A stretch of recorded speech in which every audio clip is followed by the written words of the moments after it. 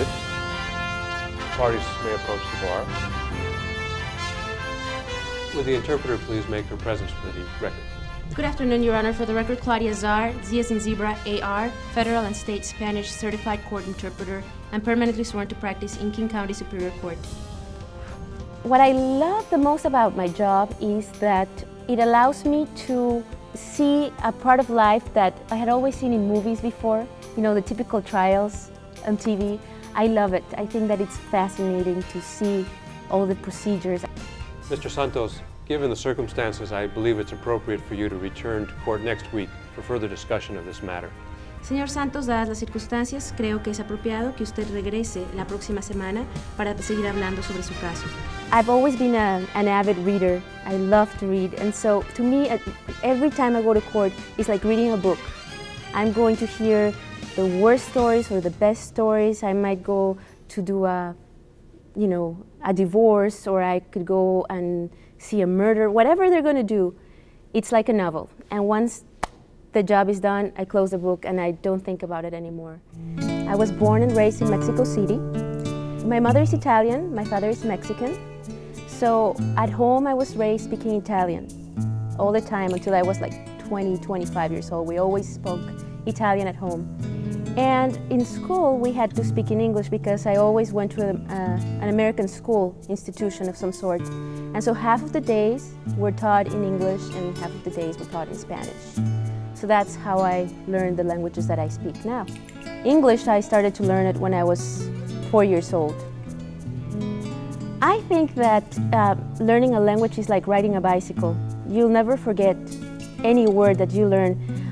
It happens, for example, to me that I can remember the face of the person that taught me the word. My first job was as an English teacher. It was a little school, and I was the teacher of this, it was like a baby's class. It was like 3 to 4 year olds.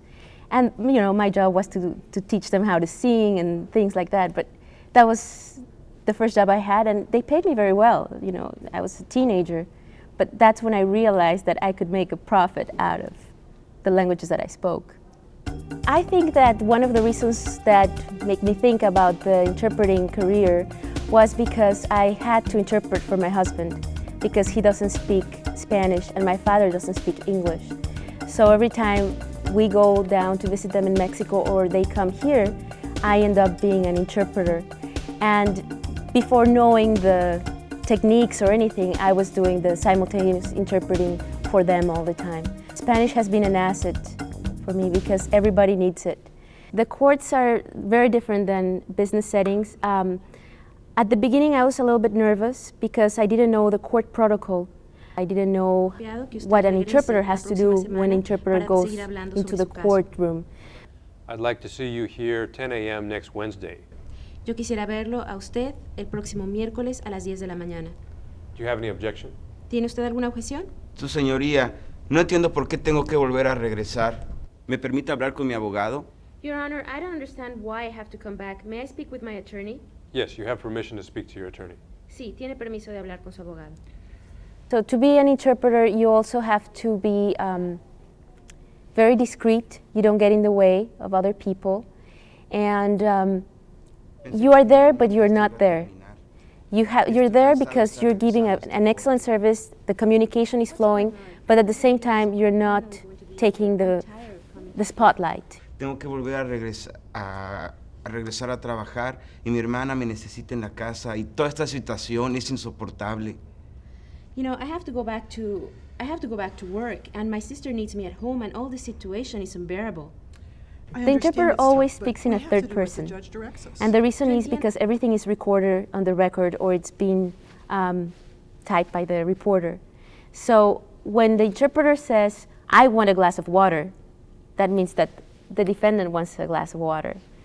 But if the interpreter needs a break, the interpreter needs a break. And that's how we always speak, and that's how the judge knows who needs what. Your Honor, my client is ready and willing to return to court as directed next Wednesday. Su señoría, mi cliente está listo y dispuesto a regresar al tribunal el próximo miércoles. I find that having a business background has helped me a lot, because usually an interpreter will always work on their own.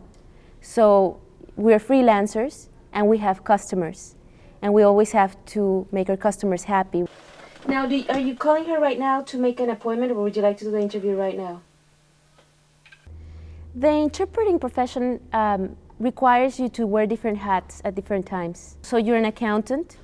You also are your marketing director, because you need people to know you and to call you. You have to be very professional, and you have to have your business cards, and you have to do things like any other business. So far, after 3 years of interpreting, I am a medical interpreter, I am a Washington State court certified interpreter, and I'm a federal interpreter. I'm very perfectionist, and I always think, you know, I will not do something until I'm perfect at it. And then I realized that I will never be perfect in English, and I will never be perfect in Spanish. So the only thing that I can do is to continue to study and do the best as I can, you know. One of the things that I really like in court is that when the judge swears me in, he says, you will interpret to the best of your ability. And I'm always very happy to say yes, to the best of my ability. You know, there's nothing wrong to say the interpreter is not familiar with this word. The interpreter needs to consult her dictionary. It's okay. I will never be able to learn the language to the point where I will not need a dictionary anymore.